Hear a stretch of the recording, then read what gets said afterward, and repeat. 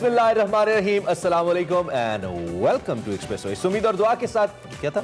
इस उम्मीद और दुआ के साथ कि आप बिल्कुल ठीक ठाक हैं। मैं हूं उम्मीद, ये दुआ नहीं है, ये अरमला है। मैं इमरान हसन हूं और ये अरमला हसन है और हम आपके साथ हैं। ये इमरान है, ये अरमला, ये शोर है। आप ये कैमरा है, ये कैमरा। अच्छा, कभी कभी लोग ये पूछते हैं कि आप इतने कैजुअल मतलब सुबह सुबह कैसे हो सकते हैं, तो I think this is the only thing जो आपको जिंदा रखती है। और आज 390वां एपिसोड है माशाल्लाह आज हमारा, तो इसके लिए बहुत जरूरी है आपको कि आप अपनी एनर्जी को न सिर्फ बहाल रखें बल्कि लोगों की एनर्जी को भी बहाल रखें, तो इसके लिए जरूरी होता है होना। खैर, आप कैसी हैं अरमला हसन? मैं बिल्कुल ठीक हूँ, आप सब कैसे हैं? यहाँ भी पूछ लेते हैं दो चार। सारे ठीक है, आपस में गप्पे लगाए हुए और मोबाइल फोन में बिजी है पूरी कौम। ये चल रहा है जिंदगी में। खैर, आज पाकिस्तान के लिए इंपॉर्टेंट दिन है बिकॉज आज PSL 7 का आगाज हुआ चाहता है and Armala Hasan is very excited for which team? Multan Sultans और कराची के? लाहौर कलंदर्स। लेकिन आज कराची और मुल्तान सुल्तान्स का मैच होने वाला है शाम 7 बजे कराची के नेशनल स्टेडियम में। इससे पहले एक इफ्तिताई तकरीब भी होगी आई गेस, और छोटी सी सुना है इफ्तिताई, छोटी सी है। पहले शुगर करे टर्की नहीं ले गए उठा। अच्छा जनाब, इफ्तिताई तकरीब होने वाली है। आप मैच के लिए 25% शायकीन अलाउड है मैच देखने के लिए, सो आप कराची वाले एहतियात के साथ जाएगा। कोविड भी है लेकिन हमें PSL भरपूर एंजॉय करना है। जो खिलाड़ी आ रहे हैं, दीगर लोग हैं, आपने उनको सपोर्ट भरपूर अंदाज में करना है। पता चलना चाहिए कि वो पाकिस्तान की कोई लीग खेल रहे हैं, तो उसके लिए आपकी सपोर्ट भी उस हिसाब से। वैसे कल तुम्हें पता चला होगा जब CM हाउस के बाहर ठा हो रही थी और आंसू गैस के शेल फायर किए जा रहे थे, और वो जो आंसू गैस जब जिस इलाके में होती है, क्योंकि ये खिलाड़ी जिस एरिया में ठहरे हुए वो भी रेड जोन है, साथ ही होटल है वहाँ पे है, तो मुझे तो ये डर लग रहा था कि कहीं खुदा न खास्ता इसका इम्पैक्ट उनके ऊपर। खैर मेंटली तो आता है आप जब इस चीज़ को सोचते हैं, लेकिन अल्लाह करे ना आए और ये PSL हो जाए। हमारी जितनी भी सियासी जमातें हैं इस बात को मद्देनजर रखते हुए कि ये उनका जमहूरी हक है कि वो एहतजाज करें और किसी भी मामले पे एहतजाज करें, अपनी किसी एजेंडे या मंशूर पे, लेकिन इस बात का भी ख्याल रखें कि इससे कोई नेशनल कॉज या कोई नेशनल इवेंट तो मुतासिर नहीं हो रहा। और PSL is our national event, बड़ी मुश्किल से ये ब्रांड बना है। पिछले 2 साल से इसके साथ थोड़ी सी अच्छी नहीं हो रही PSL ब्रांड के साथ, तो मैं समझता हूँ कि थोड़ा सा इसका ख्याल रखना चाहिए। आप ये छोड़ें, आप 23 मार्च को PDM मार्च करने जा रही है, इससे बड़ी क्या बात हो सकती है कि आप PSL छोड़े, आपको 23 मतलब अपने इंटरेस्ट के लिए किसी भी दिन को कभी भी इस्तेमाल कर लो। हम सब बीइंग नेशन किस जानिब जा रहे हैं इस पे हमें सोचना पड़ेगा, और इसके साथ we have a lot to share. इस पे डिटेल्स भी हम बात करेंगे। सबसे पहले आज की हेडलाइंस आपको दिखाते हैं और देखते हैं आज के शो में है क्या। सिंध को हटाने का मुतालिबा, आज यौम स्याह का ऐलान। सिविल और अस्करी क़यादत की बड़ी बैठक, वज़ीर आज़म से आर्मी चीफ और DGISI की अहम मुलाकात, सिक्योरिटी और खित्ते की सूरत हाल पर तबादला ख्याल। सेगमेंट मेरा पाकिस्तान में हिना न्याजी सैर करवाएंगी शाकिर अली म्यूजियम की। तालीम और तरबियत के लिए ततो गांव से आए बच्चों से मुलाकात करवाएंगे Waqar Ahmed Malik segment mind matters में। और मुमताज सहाफ़ी, मुसन्निफ, फिल्मसाज, डायरेक्टर अली सुफियान आफाकी की बरसी आज मनाई जा रही है। जी जनाब, हेडलाइंस आपने जानी, सेगमेंट्स भी हैं। कुछ पॉलिटिकल सिचुएशन पे एज यूजुअल हम बात करेंगे। आगाज में आपको बताएंगे बड़ी खबर।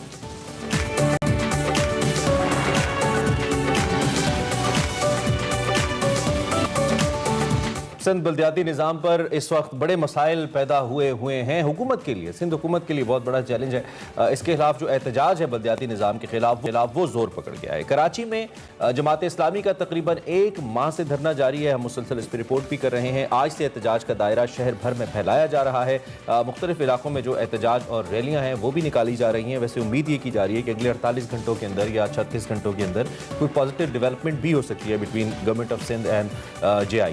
दूसरी जानिब MKM पाकिस्तान और PTI भी सड़कों पे हैं। PSP भी बल्दियाती निज़ाम के खिलाफ 30 जनवरी से सड़कों पे आएगी। मुझे लगता है सब पॉलिटिकल पार्टी सड़कों पे आने जा रही हैं। घरों में हम और आप ही रह जाएंगे। गुज़िश्ता रोज़ MKM पाकिस्तान ने शाहराह फैसल पर भी एक एहतजाजी रैली निकाली और रुकावटें तोड़कर वज़ीर आला हाउस के सामने धरना देने की कोशिश की, और फिर ये वाले मनाजिर कुछ हुए। पुलिस ने उनको मुंतशिर करने के लिए लाठी चार्ज की, आंसू गैस की शेलिंग की, जिससे अरकान असम्बली समेत रिपोर्टेडली बहुत सारे लोग अरमला ज़ख्मी हुए। और MKM ये भी कह रही है कि शायद उनका एक कारकुन जाम बहक भी हुआ है, उनका ये भी कहना है। अच्छा, और साथ साथ इसी एक्टिविटी में कई अफराद को गिरफ्तार भी किया गया है, जबकि पुलिस की कार्रवाई पर MQM और अपोजिशन की दीगर जमातों को शदीद उनका रद्द-ए-अमल आया। पुलिस तशद्दुद के खिलाफ MQM यौम स्याह मना रही है। शेख रशीद साहब ने पुलिस तशद्दुद का नोटिस ले लिया है। वफाकी वुज़रा ने पीपल्स पार्टी हुकूमत पर शदीद तनकीद की और मुत्तहिदा रहनुमाओं ने वज़ीर आला सिंध से फौरी इस्तीफे का मुतालबा करते हुए इल्जाम लगाया कि पुलिस ने अरकान असेंबली और कारकुनों को लापता कर दिया है। MQM ने वफाकी हुकूमत से मुतालबा किया कि वो फिलफौर मुदाखलत करे, IG पुलिस को हटाया जाए और लापता कारकुनों को बाजियाब कराया जाए। जबकि सूबाई वजीर इत्तलात सिंध सईद गनी साहब ने बताया कि आज से PSL जो कि शुरू हो रहा है, आखिर की टीम्स वजीर आला हाउस के करीब होटल्स में ठहरी हुई हैं और इस इलाके में सिक्योरिटी हाई अलर्ट भी है। MQM ने रेड जोन की खिलाफवर्जी की है और प्रेस क्लब की बजाय CM हाउस का रुख किया और धरने की कोशिश की, जिसमें पुलिस को मजबूरन कार्रवाई करनी पड़ी। कल की सिचुएशन पे क्या लेटेस्ट अपडेट हैं और साथ साथ इस हवाले से बात करेंगे। हमारे साथ हमारे नुमाइंदे राहिल सलमान मौजूद हैं, उनसे हम बात कर लेते हैं। राहिल, बहुत शुक्रिया। कल बड़ा एक अनफॉर्चुनेट ये वाकया हुआ जिसमें रेड जोन में दाखिले की कोशिश की गई, जिसमें पुलिस ने लाठीचार्ज और शेलिंग भी की। अब जो MQM पाकिस्तान इल्जाम लगा रही है कि जिस तरह से उनके जो कारकुन हैं वो लापता हुए हैं, अब बहुत सारे कारकुन जो है कारकुन के जाँ बाक होने के हवाले से क्या आपकी अपडेट्स हैं इस हवाले से हमारे से शेयर कीजिएगा। देखिए, कल जब ये सारा वाक़या पेश आया तो पुलिस ने उस दौरान कई उनके कारकुनान को हिरासत में लिया उस मकाम से, CM हाउस के सामने से। लेकिन पुलिस हुक्काम ये बताते हैं कि रात को ही उन तमाम तर कारकुनान को छोड़ दिया गया था। वज़ीर आला सिंध की जानिब से कहा गया, IG पुलिस की जानिब से कहा गया कि जितने भी उस वक्त हिरासत में अफराद लिए गए थे, चाहे वो ख़वातीन हो या मर्द हो, उन तमाम को रात को ही उन्हें रिहा कर दिया गया था। MQM पाकिस्तान की जानिब से दावा किया जा रहा है कि उनका असलम नामी एक कारकुन इस वाक़े में जाँ बाक हुआ। यस, वो जाँ बाक हुआ। उसकी जो है वो उसको ट्रीटमेंट के लिए NICVD जो कि कराची का एक हॉस्पिटल है वहाँ पे लाया गया। लेकिन जब हॉस्पिटल का रिकॉर्ड ये बताता है कि जब उन्हें हॉस्पिटल लाया गया तो वो उस वक्त तक इंतकाल कर चुके थे। उससे पहले उन्हें एक और किसी हॉस्पिटल ले जाया गया था जहाँ पर उनका ट्रीटमेंट किया गया, लेकिन वो उससे जाबर ना हो सके और वो जब NICVD लाए गए तो उस वक्त तक उनका इंतकाल हो चुका था।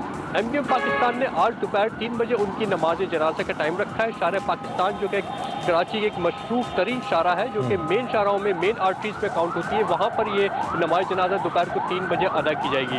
MQM पाकिस्तान ने आज यौम सियाह का भी ऐलान किया था। मैं थोड़ा सा आपको माजी में ले जाना चाहूँगा कि जब माजी में इस किस्म की कॉल दी जाती थी यौम सियाह या हड़ताल या शोक का या एहतजाज का जब भी अनाउंस किया जाता था तो उस वक्त सुबह से ही अलग सुबह यानी कि सुबह आप समझिए कि 6-7 बजे से जो वो ट्रैफिक बिल्कुल मौसर हो जाया करता था, ना होने के बराबर ट्रैफिक हुआ करता था। वो तो राहिल आप MQM के MQM के अच्छे दिनों की बात कर रहे हैं ना, जब और कराची के बुरे दिनों की बात कर रहे हैं। लेकिन दूसरी जानिब मैं सवाल आपसे ये करना चाहूँगा, हमें कुछ विजुअल्स के अंदर खवातीन और बच्चे भी नजर आ रहे हैं। कुछ खवातीन तो डेफिनेटली उनकी पॉलिटिकल वर्कर्स हो सकती हैं, लेकिन बच्चे भी इस एहतजाज में अगर थे और किसी हिकमत अमली के तहत नहीं थे तो इसका मतलब ये कि MQM का शायद किसी तसादुम का इरादा नहीं था, ऐसा लगता है। वो पुरअमन मार्च करना चाहते थे। लेकिन मैं अगर आपसे पूछूं, आपकी क्या ऑब्जर्वेशन है, ये मसला शुरू कहाँ पे हुआ? क्या कोई रूट वायलेट किया गया जैसे सईद गनी ने कहा, या खुद से इंतजामिया का प्लान था कि इनको ऐसे डिफ्यूज करना है? वजह क्या बनी? देखिए, शहर में एक रेड जोन कायम है जिसकी खिलाफ वर्जी पे कानून हरकत में आता है। अच्छा। और रेड जोन कहाँ से शुरू होता है, कहाँ खत्म होता है, ये तमाम पॉलिटिकल पार्टीज को बहुत अच्छी तरह मालूम है, तमाम पॉलिटिकल लीडर्स को बहुत अच्छी तरह मालूम है कि शहर का वो पॉश एरिया है जहाँ पे CM हाउस, गवर्नर हाउस और 5 स्टार होटल्स हैं। उसके अलावा मल्टीनेशनल कंपनीज के दफातर हैं और दीगर कई वहाँ पे मकामात हैं, और उसको रेड जोन डिक्लेयर किए हुए भी अरसा दराज बीत चुका है, सालों गुजर चुके हैं। वहाँ पे किसी भी किस्म की कोई पॉलिटिकल एक्टिविटी, एहतजाज, धरना, मुजाहरा, उस किस्म की कोई इजाज़त नहीं दी जाती। ये तमाम तर लीडर्स को बहुत अच्छी तरह से मालूम है। यही कोशिश की गई थी पुलिस की जानिब से, उन्हें जो है वो शार फैसल पे भी वार्न किया गया था कि ज़्यादा आगे ना बढ़े। लेकिन उसके बाद फिर हमने देखा कि ना सिर्फ वो तमाम लोग रेड जोन में दाखिल हो गए, बल्कि जिस वक्त उनकी क़यादत ये तमाम तर पुलिस हुक्काम से मुज़ाकरात कर रही थी तो उस वक्त भी पुलिस हुक्काम ने उनको मना किया कि यहाँ से वापस चले जाएं और CM हाउस से आगे ना बढ़े, CM हाउस तक भी ना आए। वो हालांकि उस वक्त तक मेट्रोपोल चौक पर पहुंच चुके थे, लेकिन उसके बाद भी पुलिस हुक्काम किसी न किसी तरह उनको कायल करने की कोशिश करते रहे। ठीक है। अच्छा राहिल, आपने जो कि बताया कि आज MQM के जांबा कारकुन की नमाज जनाजा तकरीबन 3 बजे पढ़ाई जानी है, तो साथ हमें यह भी बताइए कि क्या इसके बाद MQM का किसी एहतजाज का, रैली का या धरने का भी प्लान है, या महज नमाज जनाजा की अदायगी ही होगी? देखिए, कल रात तक तो सिर्फ उन्होंने आज दोपहर तक का ही प्रोग्राम अनाउंस किया था। अब उसके बाद वो क्या प्लान है, यकीनी तौर पे जो है वो अब से कुछ देर बाद या तो वो प्रेस कॉन्फ्रेंस कर देंगे या फिर जो है वो उसी नमाज जनाजा में अनाउंस कर देंगे। लेकिन एमक्यूएम की जानिब से जो है वो जब ये सारा वाक़या हुआ तो ना सिर्फ एमक्यूएम बल्कि उसके साथ साथ पीटीआई और दीगर जमातों ने भी उनके साथ इजहार यकजहती या इजहार हमदर्दी आप कह सकते हैं कि वो किया, उनसे राब्ते किए। और रात को जो है वो एमक्यूएम के पाकिस्तान के मरकज़ बाज़ाबाद पे पहुंचे, उनके टेलीफोनिक राब्ते भी हुए। पीटीआई के कई रहनुमाओं ने जो वो खलील मकबूल सिद्दीकी और दीगर रहनुमाओं से राब्ते किए। अच्छा राहील, कल ये भी इल्ज़ाम लगाया गया कि अरकान असेंबली थी, ख़वातीन थी वहाँ पर जिनको इस तमाम तर एक्टिविटी है जो हम शेलिंग और लाठीचार्ज की बात कर रहे हैं उसमें जो वो ज़ख्मी हुई हैं, क्या किन अरकान असेंबली के हवाले से इल्ज़ाम लगाया जा रहा है या बताया जा रहा है, हम कहेंगे कि वो मुबैना तौर पर ज़ख्मी हुए हैं?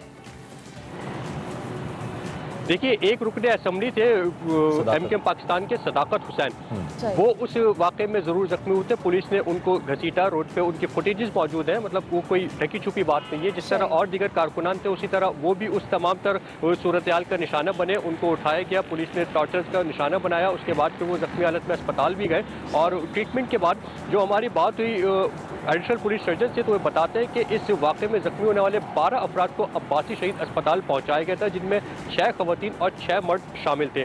जबकि इसके अलावा पुलिस की जानिब से बताया गया था कि मुतादिद अफराद को उस वक्त जो है वो लाठीचार्ज और हंगामा आराई के दौरान हिरासत में लिया था, लेकिन उसके बाद फिर रात गए उन तमाम को छोड़ दिया गया। आज सुबह भी हमारी बात हुई पुलिस हुक्काम से, तो बताते हैं कि अभी तक इस तमाम तर वाक़े का कोई मुकदमा दर्ज नहीं किया गया है, जो कि एक हैरत अंगेज बात है। लेकिन दूसरी जानिब एमक्यूएम पाकिस्तान का तो ये कहना है कि वो मुराद अली शाह के खिलाफ FIR करवाएंगे अपने कारकुन की हलाकत के खिलाफ। इसमें किस हद तक आपको पुलिस हुकाम से अगर आपकी बात हुई हो ये भी बता दीजिए कि FIR दर्ज होगी और सिंध पुलिस करेगी अपने CM के खिलाफ FIR? नंबर 1। नंबर 2, मैंने सुना है और इतलात है कि जो दीगर जमातों की लीडरशिप है, जो PSP है या फारूक सत्तार साहब हैं, वो भी भादराबाद पहुँचे हैं इज़हार यकजहती के लिए। तो क्या ऐसा तो नहीं कि इन तीनों मुख्तलिफ धड़ों का एमक्यूएम के कोई एक या 3 मुख्तलिफ साबका रहनुमाओं का, ये कहना चाहिए, धड़े तो नहीं कहना चाहिए, कोई मुश्तरका लाए अमल हो सकता है एहतजाज को लेकर? जी बिल्कुल, देखिए ये यकीनी तौर पे हो सकता है। जिस तरह से कल रात को सिचुएशन बनी, कल शाम के बाद से जो सिचुएशन क्रिएट हुई है, तो उसमें हमें बज़ाहिर यही नज़र आता है कि जब ये सारा वाक़या हुआ तो उसके बाद फिर फारूक सत्तार भी जो है वो बाज़ाबाद पहुँच गए। उन्होंने अपने वो तमाम तरह गिले शिकवे भुला दिए, वो तमाम गिले शिकवे जो वो मिटा दिए जो अब तक वो इन रहनुमाओं से करते चले आए थे, और वो फौरी तौर पर बाज़ाबाद पहुँच गए। जिसके PSP के रहनुमाओं ने भी रब्ता किया, वो उनके भी टेलीफोनिक रब्ते जारी है। PTI के रहनुमाओं ने भी जो है एमक्यूएम पाकिस्तान के रहनुमाओं से रब्ते किए हैं और अपने भरपूर ताउन यकजहती और इज़हार हमदर्दी का उनको यकीन दिलाया है। यकीनी तौर पर कोई ना कोई ऐसा जो है वो हमें बनता नज़र आ रहा है कि ये तमाम तर रहनुमा मुत्तहिद हो जाएंगे शायद, और आने वाले वक्त में जो वो एक सियासी तौर पर मुत्तहिद हमें होते नज़र आ रहे हैं। लेकिन ये तो अब अभी जो है वो कुछ भी कहना कबल वक्त होगा, क्योंकि सियासी माहौल जो वो किसी भी वक्त चेंज हो सकता है। कराची का माहौल आपको मालूम है कि यहाँ पे किसी वक्त कुछ भी हो सकता है। तो ये जो रहनुमा है जो बज़ाहिर इस वक्त तो एक दिखाई दे रहा है, इससे पहले भी ये सब एक थे, लेकिन फिर इनके राय बीच कभी भी हो सकता है। अच्छा राहील, आपने वो जो जिक्र छेड़ा था आपने, मैं चाहता हूँ उसको भी जरा मुकम्मल कर लें कि पहले जब एहतजाज की कॉल एमक्यूएम की तरफ से होती थी तो कराची ब्लॉक होता था, अल्लाह सुबह से कोई गाड़ी सड़क पे नजर नहीं आती थी। आज ऐसा नहीं है, आपके पीछे हम देख रहे हैं ट्रैफिक चल रहा है और तमाम जो शहर है वो खुला है, एक्टिविटी प्रॉपरली हो रही है। कराची के शहर की इस वक्त क्या एटमॉस्फेयर है इस वक्त इस वाक़े के बाद, और इम्कानात क्या हैं? क्या आज 3 बजे के बाद कुछ ऐसी सिचुएशन तो नहीं हो सकती जिससे शहरियों को परेशानी हो? Shahrah Pakistan is one of the most important routes Karachi के अंदर जो मौजूद है। देखिए, कल जब शाम को सारा वाक़ा हुआ तो उसके बाद फिर मुख्तलिफ इलाकों में कुछ नामालूम अफराद निकले, उन्होंने जो है वो दुकानें, कारोबारी मराकज़ बंद कराने की कोशिश की, कुछ देर के लिए बंद भी हुए। जुज़वी तौर पे आप कह सकते हैं कि पार्शली कुछ इलाके बंद हुए। कारगी के इलाके में टायर भी जलाए गए मेन रोड पर, और उसके बाद फिर कराची का बस रोड का एरिया जो कि फूड स्ट्रीट है बाकायदा तौर पर वहाँ पर कायम, वो भी बंद कराई गई। लेकिन फिर फौरी तौर पर इंतजामी हरकत में पुलिस और रेंजर्स की भारी नफरी डिप्लॉय की गई, और अब जब ये वाक़ा हुआ तो बस रोड पर जो 12 मोबाइलें वहाँ पर पहुँच गई थी पुलिस की, रेंजर्स की। उसके बाद वो तमाम तर एक्टिविटीज़ जो कि चलती थी मामूल के मुताबिक, रूटीन के मुताबिक, उन सब को जो है वो उन्होंने रिस्टोर करवाया। मैं आपको माजी की बात बताऊं तो सुबह से जो वो यहाँ पे ट्रैफिक नहीं हुआ करता था, शहर भर में हूँ का आलम होता था, दुकानें बिल्कुल मुकम्मल तौर पे बंद होती थी। इवन के कोई मतलब दूध दही की दुकानें जो कि एक बुनियादी ज़रूरत से फंडामेंटल है वो तक बंद हुआ करती थी, और सड़क पर ट्रैफिक जो वो ना होने के बराबर होता था। इस वक्त 9 बजे से ज़्यादा बज चुके हैं, ऑलमोस्ट कोई 9:15 साढ़े 9 का टाइम है, और इस वक्त जो है वो मैं नुमाइश चारंगी पर मौजूद शहर का मेन चौक है, यह मेन आर्टरी है, MA जनरल रोड, यहाँ पे मामूल के मुताबिक ट्रैफिक रवा दवा है। किसी किस्म का हमने देखा कि कोई तात्पुर नजर नहीं आ रहा। दुकानें जो अलल चुप इस वक्त खुला करती है। चले राहिल, चूंकि आप हमारे साथ मौजूद हैं, आपकी मौजूदगी से फायदा उठाते हुए ये जमात इस्लामी का भी तो एक एहतजाज चल रहा है मुसलसल, और ऑलमोस्ट 30 डेज हो गए हैं। पूरी सर्दियां जमात इस्लामी ने सड़क पे निकाली हैं, तो ये इसका मतलब ये है कि वो हटने वाले नहीं हैं। इस दफ़ा वो बड़े मजबूत मौक़िफ़ के साथ बैठे हैं। तो आपकी कोई बात इस हवाले से भी हुई है या आपको कुछ इल्म हो जो आप हमें आगाह कर पाएँ? दो कि आप MKM के हवाले से हमें आगाह कर रहे हैं, जमात इस्लामी का धरना इस वक्त किस स्टेज पे और क्या उस पर भी कोई डेवलपमेंट है? देखिए, जमात इस्लामी तो काफ़ी दिनों से बैठी हुई है सिंध असेंबली के गेट के बिल्कुल सामने धरना देके। इवन के अब सूरत हाल ये है कि जब उन्होंने धरना दिया था तो उस सड़क को मुकम्मल तौर पे दोनों तरफ से कॉर्डन ऑफ कर दिया गया था। आम ट्रैफिक के लिए उसे बंद कर दिया गया।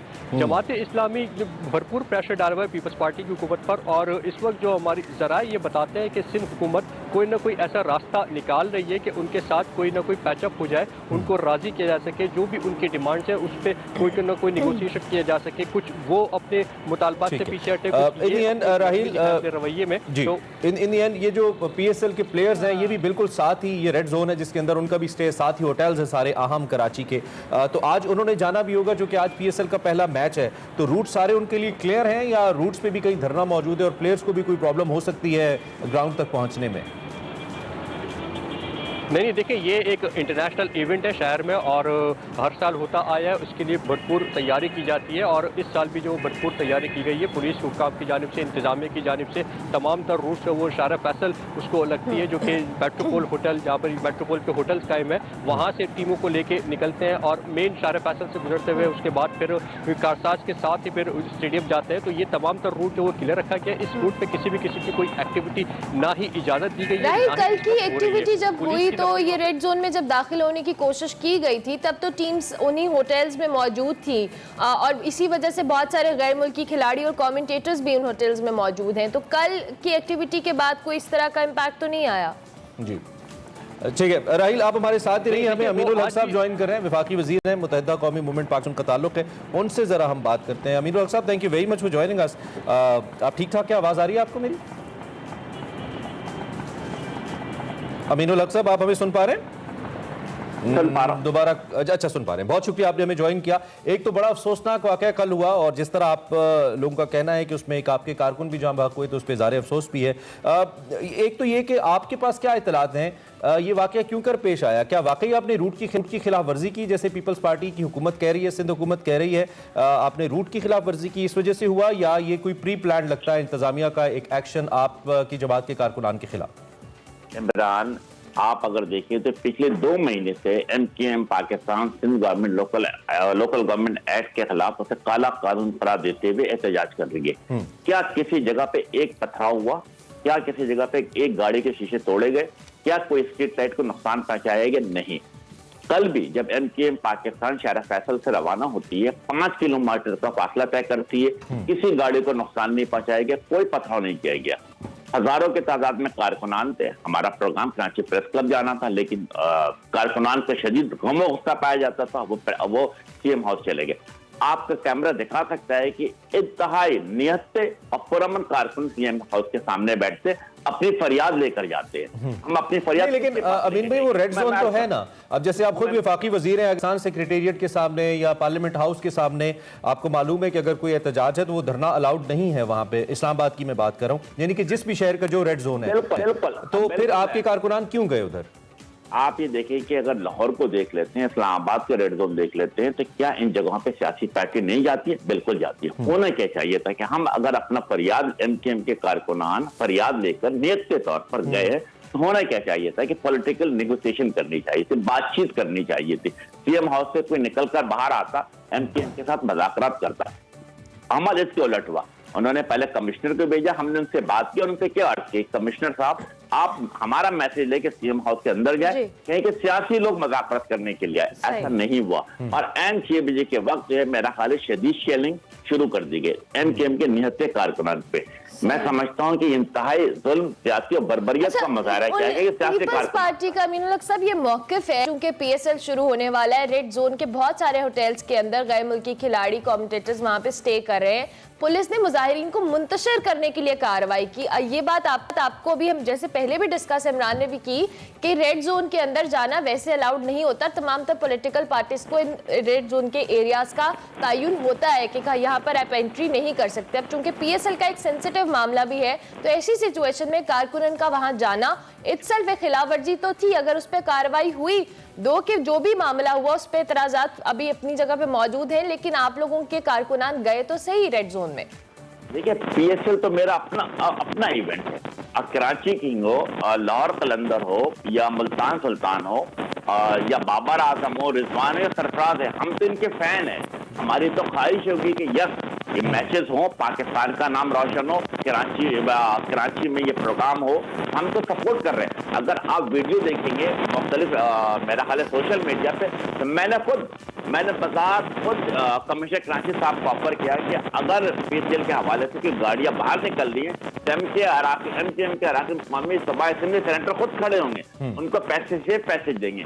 लेकिन हमारी बात नहीं सुनेगी, बल्कि ऑल ऑफ ए सडन जिसे कहते हैं कि जुल्म ज्यादती की गई। आप देखिए कि सदाकत हुसैन जो मुंतखब MP था, उसके साथ उसको रोडों पे घसीटा गया। हमारा मुंतखब जिसे कहते हैं कि टाउन नाजिम था, उसकी शेलिंग लगने से उसकी आंख जाया हो गए। किश्वर जोरा जो हमारे रुकन कौमी असेंबली थी, उनको डंडे मारे गए।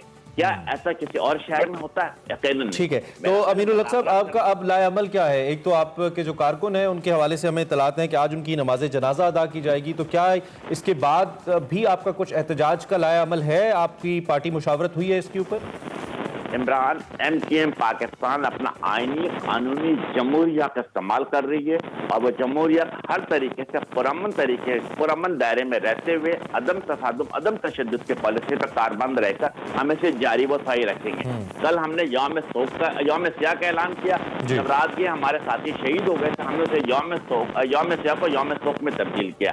आज उनकी नमाज जनाजा अदा की जाएगी, हजारों के तादाद में कारकुनान नमाज जनाजा में, और ठीक है। और अमीनुल हक साहब, आखिर में ये भी बता दें कि कल हमारी इत्तलात के मुताबिक PSP की लीडरशिप, फारूक सत्तार साहब, दीगर लीडरशिप, मुख्तलिफ जो जमातें हैं उनकी भी आपके पास इज़हार यकजहती के लिए आई। JUI के वफ्द की भी इत्तलात हैं कि उनकी भी मुलाकात होनी है। तो क्या एक मुश्तरका को लाएअमल अपनाया जाएगा सभी पार्टीज और सभी क़यादतों के साथ मिलकर, या फिर आप अपना मौक़िफ़ या अपना जो लाएअमल है वो अलहदा रखेंगे, अपना एहतजाज अलहदा रखेंगे? कल बहुत अच्छी बात ये थी कि सिंध की, पाकिस्तान की तमाम सियासी पार्टियां, मां सवाए पाकिस्तान पीपुल्स पार्टी की, मां सवाए सिंध हुकूमत के तमाम लोगों ने यकजहती का इज़हार किया। तमाम सियासी पार्टियों ने इसे मजम्मत की है। यस, काले कानून के खिलाफ मेरा ख्याल है कि PTI और GDA एक पेज पर है। हमारी स्टीयरिंग कमेटी बनी हुई है, आपस में फैसला कर रही है। लेकिन इमरान, आपको इस बात को पता है कि पिछले 3 दहाइयों से MKM पाकिस्तान इस शहर की सबसे बड़ी स्टेक होल्डर है। लेकिन हम इसे फ्रंट से लीड कर रहे हैं, पुरअमन रह करके, अदम तसादम के पॉलिसी पर रहकर अपनी सियासी जद्दोजहद को जारी रखेंगे। ठीक है, चले। अमीनुल हक साहब, बहुत शुक्रिया, आपने हमें ज्वाइन किया और अपना मौक़िफ़ हमारे सामने रखा। अमीन वफाकी वज़ीर इस वक्त हमारे साथ मौजूद थे। उन्होंने अपनी जमात का मौक़िफ़ हमारे सामने रखा। इसके अलावा राहील हमारे साथ मौजूद थे कराची से। राहील, आपका भी बहुत शुक्रिया, बड़ी डिटेल्स में आपने हमें इस हवाले से आगाह किया। आपको बताते रहेंगे इस हवाले से मज़ीद भी। फिलहाल एक ब्रेक लेते हैं, ब्रेक के बाद करवाएंगे एक एक्सप्रेसो हीरो से। बॉक्सिंग में पाकिस्तान ने एक और बड़ा एजाज अपने नाम कर लिया है। इस्लामाबाद में होने वाले बॉक्सिंग मुकाबले में पाकिस्तान के बॉक्सर मुजफ्फर खान ने अफगानिस्तान के बॉक्सर अहमद समीर को सख्त मुकाबले में 5वें राउंड में नॉकआउट करके WBC अरेबियन सी बॉक्सिंग टाइटल अपने नाम कर लिया है। बज़ाहिर तो ये इंतहाई टफ और हिसाब शिकन मुकाबला था, मगर पाकिस्तानी बॉक्सर ने इसे कैसे जो कहने अचीव किया और ये टाइटल अपने नाम किया, उन्हीं से जानेंगे। मुजफ्फर खान हमारे साथ मौजूद हैं, हमारे के हीरो। उनको हम वेलकम भी करते हैं और आपसे मिलवाते हैं। Muzaffar, thank you very much, आप हमारे साथ मौजूद हैं। पेशावर से आपका ताल्लुक है और आपने अपनी ही तरह के यकीनी तौर पर स्ट्रेंथ वाइज आई बिलीव जो बॉक्सर थे उनको आपने हराया। बहुत ज़्यादा एक तो मुबारकबाद आपको। अहमद समीर को आपने बीट किया। सबसे पहले तो हमें ये बताइए कि आप इस फाइट को लेकर अब आप कहां स्टैंड करते हैं और ये फाइट कैसा एक्सपीरियंस रहा आपका? क्या ये एक एक्सपेक्टेड विन है, विक्ट्री है जो आपको मिली है, या it was something unexpected? Thank you so much sir, आपके प्यार मोहब्बत का और आपकी सपोर्ट का, और ये आपने शो में बुलाने किया। जी सर, अच्छा रहा एक्सपीरियंस। समीर के साथ हमारी फाइट जो थी वो काफ़ी टफ थी, क्योंकि समीर एक अफगानिस्तान के एक अच्छे जाने माने बॉक्सर हैं और ज़ाहिरी बात है सर, जब दो आमने सामने हो जाते हैं तो एक तो ज़ाहिरी बात है, एक को तो मतलब गिरना पड़ता है। तो अल्लाह ने हमारी मान रखी और अल्लाह की मदद से हमने समीर को हरा दिया सर। अच्छा, अब मुकाबला कैसे ओवरऑल 5th राउंड के अंदर आई थिंक आपने उनको नॉकआउट किया, तो उससे पहले ये मुश्किल लग रहा था और बात सिर्फ पॉइंट्स पे जा रही थी, आपको लगता था डिफीट हो जाएंगे, नॉकआउट हो जाएंगे, या गेम के हवाले से? जी बिल्कुल हमें यकीन था कि इंशाल्लाह हम नॉकआउट ही करेंगे, लेकिन हमने अपनी ज़्यादा तवज्जो जो थी सर वो फाइट पे रखी थी, मतलब अपने पॉइंट्स पे रखी थी, और अल्हम्दुलिल्लाह हमने पॉइंट्स से भी उसको हराया था। मैंने चारों राउंड जो थे मेजॉरिटी पॉइंट से हमने जीते थे सर, लेकिन वो अल्लाह की फजल से बस वो मतलब मुक्का बराबर हो गया और वो उधर ही नॉकआउट हो गया सर 5th राउंड में सर। जबरदस्त, क्योंकि आपने इतना बड़ा मुकाबला जीता है। और मुजफ्फर, ऑब्वियसली ये जर्नी जब स्टार्ट हुआ होगा तब बहुत मुख्तलिफ चैलेंजेस के साथ स्टार्ट हुआ होगा। हम चाहेंगे आप अपने जर्नी को भी थोड़ा सा हमारे साथ शेयर करें कि आपने बॉक्सिंग करियर में जो कदम रखा वो किस तरह से रखा। जी बिल्कुल सर मैंने तकरीबन 2010 में बॉक्सिंग ज्वाइन की सर। अच्छा। और फिर आहिस्ता आहिस्ता मतलब 2018 में मैंने प्रोफेशनल ज्वाइन की। फिर 2018 की एंड में ही मुझे PBBL की तरफ से ऑफ़र हुई कि आप इस फाइट के लिए क्वालिफाई कर ले, मतलब आप इस क्वालिफाइड पे फाइट कर ले समीर के साथ या किसी और के साथ, क्योंकि ये अरबियन सीरीज जो टाइटल ये WBC की तारीख की पहली टाइटल फाइट थी पाकिस्तान में भी और दुनिया में भी, क्योंकि इनसे पहले ये टाइटल प्रूव नहीं था ना। अच्छा। तो इसी वजह से हमने 2018 से वर्क किया। इसमें हमारे जो PBBL की जो डायरेक्टर साहब है और उमर तुर साहब, हमारे चेयरमैन साहब एहसान अल हक साहब और हमारे सदर जो है PBBL के नुमान शाह साहब, इन्होंने 10 साल से वर्क किया था। लेकिन 2018 के एंड में उन्होंने मुझे मतलब अप्रूव किया कि मतलब आप इस फाइट पे खेलो समीर के साथ। फिर हमारी बात समीर के साथ हो गई और आखिरकार हमें ये जो जिस दिन के लिए हमने इतनी मेहनत की थी, क्योंकि बीच में कोर्ट की वजह से सर थोड़े मुश्किलात हुए थे, 3-4 दफ़ा हमारी फाइट कैंसिल हुई थी कोर्ट की वजह से। तो आखिरकार 2022 को ही हमें मतलब ये कामयाबी मिली। बेहतरीन। मुजफ्फर, एक तो इस वक्त किस कैटेगरी में आप खेल रहे हैं, दूसरा इसका टाइटल जो इस चैंपियनशिप का था वो अरेबियन सी, WBC अरेबियन सी बॉक्सिंग, इसका टाइटल क्यों रखा गया अरेबियन सी, इसके पीछे क्या लॉजिक है? जी सर, अरबियन सी टाइटल को इसलिए रखा गया क्योंकि अरबी मुल्कों के साथ मतलब रिलेटेड है। इसमें अरबी मुल्क ज़्यादा है, सिर्फ पाकिस्तान, अफगानिस्तान, हिंदुस्तान को इसमें डाला है। बाकी जितनी भी इस पे कंट्रीज है उस पे अरबी कंट्रीज मतलब हाँ बहर अरब की जितनी भी कंट्रीज 16 कंट्रीज इस पे मतलब फाइट कर सकते हैं, जिसमें सऊदीया है, कुवैत है, कतर है और बाकी जो अरबी ममालिक है। उनके अलावा सिर्फ पाकिस्तान, अफगानिस्तान और हिंदुस्तान को ही इस पे मतलब खेलने को मतलब मिला है, इजाज़त मिला है, बाकी सारी अरबी ममालिक। इसी वजह इसको अरबिया, ये WBC की सर नई बेल्ट है क्योंकि इनसे पहले इस पे फाइट नहीं हुई थी और ये पहली बार इस पे फाइट हुई थी सर इसकी। तो मुजफ्फर, आगे किस फाइट की तैयारी है? क्या अगली फाइट आपकी लॉक हो चुकी है? किसके साथ करेंगे या खुद का इरादा, और किस कैटेगरी में खेलेंगे और जाना कहां तक है, ये सारा जरा प्लान हमें बताइए इन दी एंड आप। जी बिल्कुल सर, हमें पहले अभी से वो चैलेंजर मिल रहे, खासकर अफगानिस्तान से ही मिल रहे। अच्छा। और उनके 2 बॉक्सर ने मुझे चैलेंज किया है, लेकिन जी बिल्कुल उनसे हमारी बात चल रही है, लेकिन फिलहाल फेडरेशन की मतलब जो पता है सर, प्रोफेशनल में ज़्यादातर स्पॉन्सर्स और आपके प्रोमोटर्स के बगैर आप नहीं चल सकते ना। तो मैंने उनसे टाइम ले लिया, मैंने कहा मैं अपने प्रोमोटर्स और अपने स्पॉन्सर से बात करूंगा और इंशाल्लाह। लेकिन इनसे पहले हमारी सबसे ज़्यादा जो तवज्जो है सर वो ट्रेनिंग पे होगी, क्योंकि मुझे मतलब फॉरेन ट्रेनिंग्स या अपने कोच के साथ बाहर जाना है और उनके साथ ही मतलब और ट्रेनिंग करनी है ताकि हम इस बिल्ड को डिफेंड कर सके सर। क्योंकि जीतना तो वैसे वो भी मुश्किल होता है, लेकिन सर सबसे मुश्किल काम जो होता है ना अपनी बिल्ड को डिफेंड करना होता है, क्योंकि आपको अच्छी फाइटें मिलेंगी, क्योंकि वो उन लोगों ने आपको स्टडी किया होगा और वो आपको मतलब बहुत टाइम से फॉलो करते हैं जो फाइटर आपको चैलेंज करता है ना। तो जाहिर बात है उनके लिए तैयारी करनी पड़ती है। तो सर मेरा भी प्लान है इंशाल्लाह फिलिपाइन का या UK का ट्रेनिंग के लिए इंशाल्लाह ताला, फिर उसके बाद देखेंगे सर। अच्छा, जो हर बॉक्सर आता है, हम आप जरा वो पंच बना के हमें दिखाएं जैसे कैसे करते हैं, वो जरा पंच बना के दिखाएं हमें बॉक्सिंग के लिए। जरा मुजफ्फर जरा वो पंच बनाएं जो आप फाइट में जाने से पहले जो पंच बनाते हैं ना ऐसे दोनों हाथों से, वो जरा बनाएं कैसे बनाते हैं आप। We want to see you in action. ये वाला sir. Yes. Yeah. Zabardast. Muzaffar, thank you so much and we wish you very best of luck कि आपके जो भी टारगेट्स हैं, आपके गोल्स हैं, जिस ट्रेनिंग के लिए आप जाना चाहते हैं और जो टाइटल्स आप अपने नाम करना चाहते हैं, क्योंकि आप ऑब्वियसली हमारा फख्र है और हम आपको जरूर चाहेंगे कि आप ये टाइटल्स जीते और पाकिस्तान का नाम रोशन करें। मुजफ्फर खान हमारे साथ मौजूद थे। अभी हम एक ब्रेक लेंगे, ब्रेक के बाद हाजिर होंगे। आप देखते रहिए एक्सप्रेसो।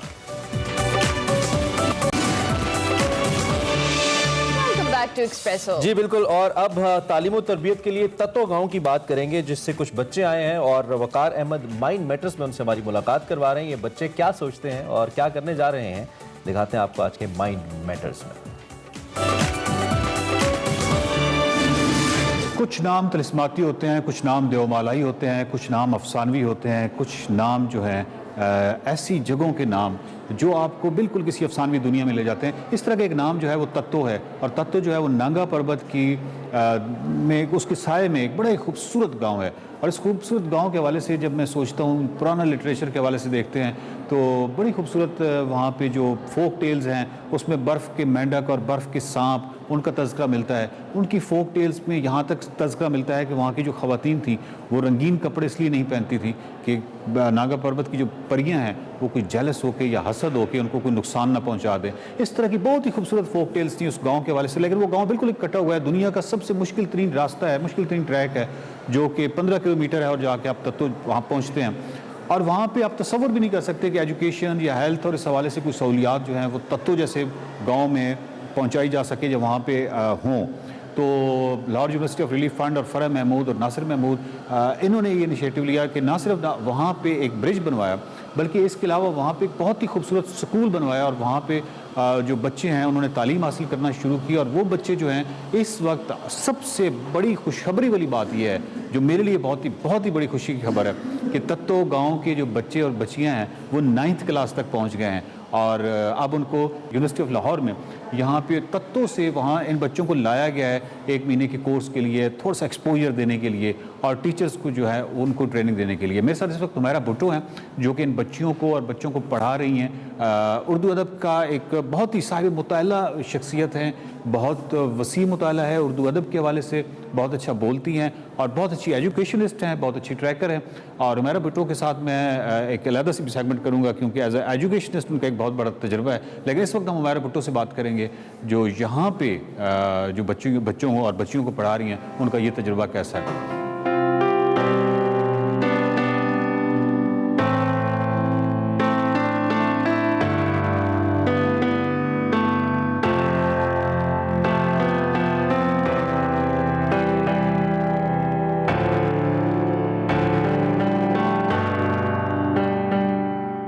मेरे साथ ना सिर्फ तत्वों के बच्चे हैं बल्कि मेरे साथ हुमैरा भुट्टो हैं। और हुमैरा भुट्टो जो हैं इनकी कई जहतें हैं शख्सियत की।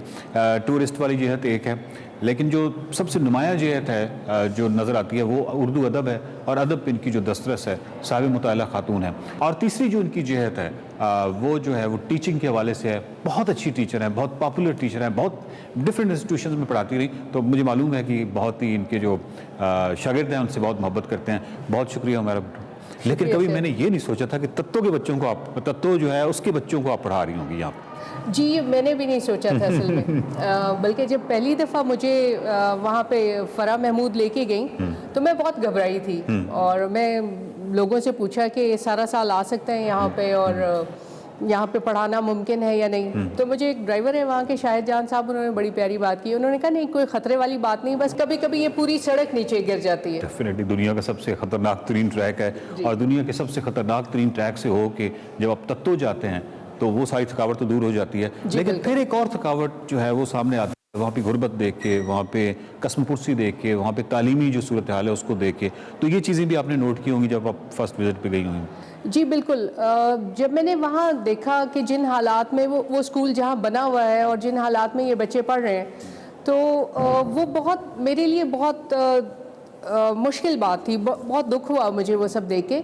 अच्छा मेरा ये बताइए कि ये जो बच्चे हैं तत्तो के जो कि यहाँ पे आ चुके हैं तो ये उसी इदारे की पैदावार हैं जिस इदारे की बुनियाद फ़रह महमूद और university of Lahore relief fund ने रखी थी। ये स्कूल जो है बनाया था यूनिवर्सिटी ऑफ लाहौर ने 2010 में तो इत्तफाकन ये है कि ये जो सारे इस वक्त बच्चे यहाँ पे बैठे हुए हैं, ये सारे केजी और नर्सरी से हमारे स्कूल से ही पढ़ते आ रहे हैं। तो ये शुरू से स्कूल में थे और पहली दफ़ा ये उस इलाके की जो है वो पहली 9वीं की क्लास है और ये सारे बच्चे हमारे अपने ही हैं जिनको हम शुरू से पढ़ा रहे हैं। सबसे पहले हमने वहाँ टीचर्स ट्रेनिंग शुरू की थी असल में। अच्छा जी, तो साल में 2 दफ़ा हम लोग, एक दफ़ा हम लोग जाते हैं और एक दफ़ा 2018 से अब तक, और एक दफ़ा हम उन टीचर्स को यहाँ लाहौर में बुलाते हैं। तो साल में 2 दफ़ा इनकी ट्रेनिंग होती है। हम उनको जो है वो पॉडकास्ट भेजते हैं, ऑडियो रिकॉर्डिंग्स उनको भेजते हैं, हम उनको जो है कॉपीज़ और बुक्स भेजते हैं। हम वहाँ लाइब्रेरी बना रहे हैं, हमने अब उनको वहाँ पे कंप्यूटर्स दिए हुए हैं। एज अ रिसोर्स क्या आप मुझे इस्तेमाल कर सकते हैं कि जब मैं कभी तत्तो जाऊँ तो मैं भी वहाँ पे पढ़ा सकता हूँ?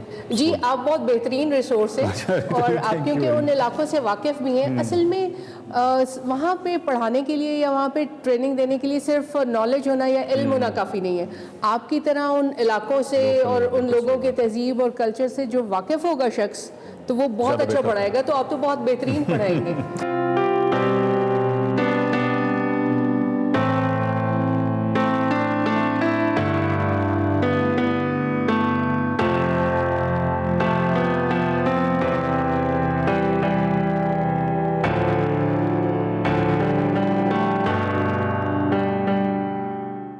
अस्सलाम वालेकुम। वालेकुम सलाम। अच्छा, आपका नाम क्या है? फ़ारूक अहमद है। फ़ारूक, आपका ताल्लुक तत्तो से? जी, तत्तो से। तो मुझे ये बताएं कि ये तत्तो के जो स्कूल है वहाँ से आपने तालीम हासिल की? जी, वहाँ से हासिल किया। लाहौर कैसा लगा? लाहौर बहुत अच्छा लगा। अच्छा लगा। अस्सलाम वालेकुम। वालेकुम सलाम। आपका नाम क्या है? हमीदुर रहमान। हमीदुर रहमान, आप बेस कैंप तक गए? जी। ना यस, मुझे हो नहीं सकता तत्तो का कोई बच्चे और बेस कैंप तक आप किसी टूर के साथ गए थे या खुद गए थे क्या? नहीं, खुद गए थे। खुद गए थे। लाहौर कैसा लगा आपको? बहुत अच्छा। लाहौर में क्या चीज़ अच्छी लगी है? वो वहाँ कल गए थे, अभी तो नहीं देखे हैं ना, ज़्यादा नहीं देखे। कल वो सफारी पर गए थे, वो बहुत अच्छा लगा हमें। अच्छा, ये और खाने में आपको कोई फ़र्क महसूस हुआ है तत्तो में, द्यामर में और यहाँ के खानों में? जी बिल्कुल, बहुत फ़र्क हुआ है। हम मिर्ची ज़्यादा तो नहीं खाते? बहुत ज़्यादा खा रहे हो। तो आप वैसे आपको क्या चीज़ ज़्यादा अच्छी लगी है यहाँ पे लाहौर में? यहाँ पे खाने पीने की चीज़, सारी चीज़ें अच्छी लगी। ये वो स्वीट जो होती है वो मुझे बहुत पसंद आई है। कौन सी स्वीट? जो फ्रूट स्वीट होती है ना। अच्छा, वो बहुत पसंद है जी। अच्छा, ये बताएं कि पढ़ाई कैसी जा रही है? पढ़ाई भी चल रही है। तो आपका वहाँ पे जो स्कूल है वो मैं देखने आना चाहता हूँ क्योंकि मुझे उसकी बिल्डिंग, उसका सारा एजुकेशन सिस्टम बहुत अच्छा है। ठीक है।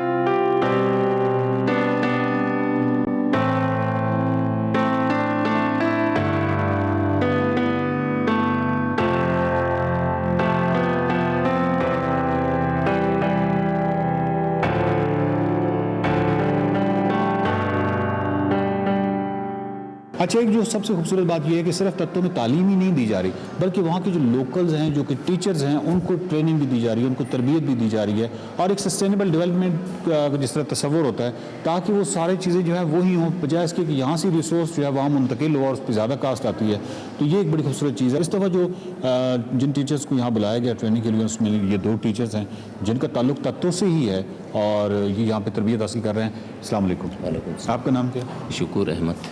शुकूर साहब, ये बताएं कि आपको कितना दिन हो गए यहाँ पे लाहौर में? तकरीबन हमारा 31 तारीख को हम निकले थे वहाँ और यकुम को पहुँचे लाहौर। कैसा लग रहा है? बहुत ही अच्छी है। जिस मकसद के लिए हम निकले थे घर से, तो उसमें हमारी बहुत कामयाबी हो रही है। हम समझते हैं कि तकरीबन हम। शुकूर साहब, ये बताएं कि ये मैं जब तत्तो को देखता हूँ और तत्तो का पास देखता हूँ उस पूरे इलाके का, तो मेरे नज़दीक तो ये बड़ी खूबसूरत चीज़ है कि आज ये बच्चियाँ और बच्चों, ऐसे बच्चियाँ और बच्चों के साथ हम बैठे हैं जिन्होंने एक स्कूल जो उन्होंने बनाया वहाँ से 9th तक अब ये पहुँच गए हैं। ये बड़ा ख्वाब था और अब आपको लग रहा है कि वो बड़ा ख्वाब एक मुकम्मल हो रहा है, तत्तो जो है वो तालीम याफ्ता हो रहा है, पढ़ रहा है। जी, ये स्कूल ऑलरेडी 5th तक था, प्राइमरी स्कूल था। इन महमूद साहब, नासिर महमूद साहब और फरा मैडम की वजह से, मेहनत से, इनकी दिन रात उस स्कूल की तरफ तवज्जो होने की वजह से ये मिडिल तक पहुंचा। अब मिडिल में तकरीबन हमारे 23 बच्चों ने इम्तहान दे चुके थे, वो सारे पास हो गए। फिर इनकी मेहनत से एजुकेशन ड्यामर की तरफ से मिल के जो है 9th क्लास चला रहे हैं। अच्छा, ठीक है। ये हम उनकी मेहनत से, 9th क्लास, ये 9th क्लास के हैं। 15 बच्चे थे, इनमें से कुछ आए हैं, कुछ नहीं आ सके। आपका नाम क्या है? एजाज अहमद। एजाज साहब, आप बताइए कि आपको यहाँ पे जो तरबियती जो भी मराहल हैं, कैसी तरबियत रही यहाँ पे, कोई फ़र्क महसूस हुआ है? सर देखिए, इससे पहले तो ये था कि हमें कुछ आइडिया ही नहीं था कि किस तरह पढ़ाते हैं। यहाँ लेके खासकर स्पेशल जो भुट्टो साहिबा थी, नौमेरा भुट्टो साहिबा, उसने जो हमारी ट्रेनिंग की, इतना फ़र्क पड़ा कि मैं कुछ बता ही नहीं सकता आपको, बहुत ज़्यादा, क्योंकि वो एक खुद आउटस्टैंडिंग टीचर है जी। कुछ तो जिस पढ़ाने का जो अंदाज उसने दिखाया और बच्चों के सामने किस तरह जाना है, उस्ताद ने किस तरह खड़े होना है और बच्चों को किस तरह पढ़ाना है, किताब को किस तरह पकड़ना है, हमें इस चीज़ों के बारे में कोई आइडिया नहीं था। मेरा बड़ा दिल कर रहा है कि अभी इस समर में मैं आऊँगा आपके पास और इंशाल्लाह मेरी पूरी कोशिश होगी कि स्कूल में एक हफ्ता गुजारूँ इंशाल्लाह। ठीक है, थैंक यू वेरी मच, बहुत शुक्रिया।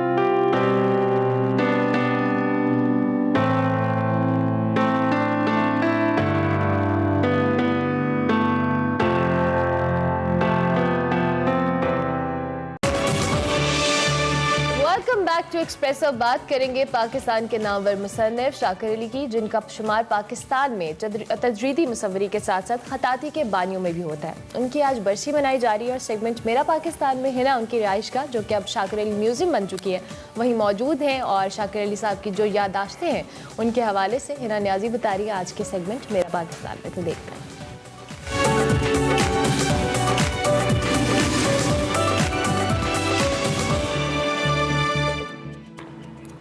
अस्सलाम वालेकुम नाज़रीन, मैं हूँ हिना न्याजी और आप लोग देख रहे हैं मेरा पाकिस्तान। नाज़रीन, हम मेरा पाकिस्तान में आपके लिए कोई बहुत ज़बरदस्त मॉन्यूमेंट, कोई हिस्टोरिकल बिल्डिंग, कोई म्यूज़ियम लेकर आते हैं। आज भी हम एक बहुत ज़बरदस्त और ख़ूबसूरत घर के बाहर मौजूद हैं, जिसको अब शाकिर अली म्यूज़ियम का नाम दे दिया गया है। तो आइए चल के करते हैं सैर शाकिर अली म्यूज़ियम की।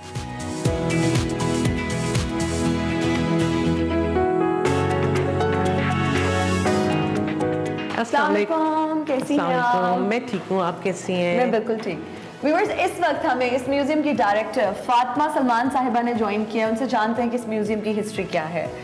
जी, सबसे पहले तो आप मुझे ये बताइएगा कि इतना खूबसूरत म्यूजियम है और नैयर अली दादा साहब ने इसको बनाया।